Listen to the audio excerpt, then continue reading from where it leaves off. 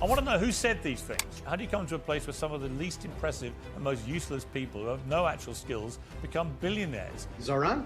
Tucker Carlson. Yep. October the 7th in Israel was horrific, and all hostages must be returned.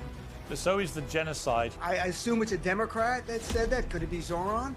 No, it's Marjorie Taylor Greene again. Get out of here! What you're seeing here is what they call the horseshoe effect, where you have the left and the right basically converging together. We couldn't even last 45 see them on social minutes. media.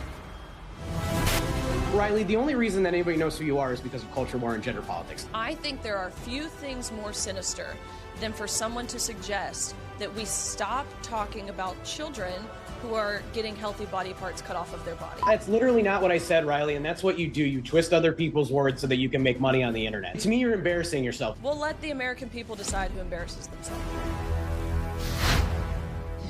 One is a communist, the other a fascist. At least that's what each says about the other. But last week's Oval Office bromance between President Trump and New York Mayor Zoran Mamdani showed that left and right have quite a lot in common these days. The president said it himself. Would you feel comfortable living in New York City under a Mamdani administration? Yeah, I would. I really would. Especially after the meeting. Absolutely. What makes you comfortable?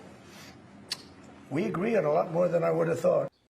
Well, their supporters may shudder to think about it, but Trump and Mamdani are really not so very different.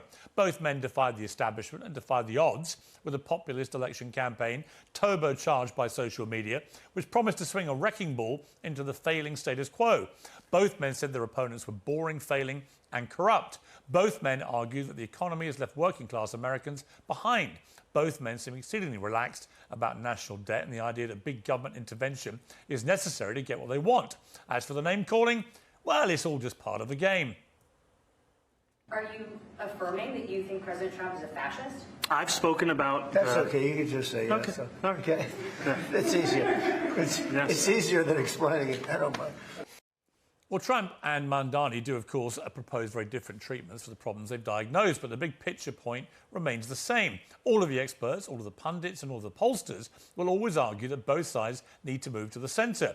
Well, voters are clearly a bit sick of it, and maybe the new centre is actually where right and left meet in the middle.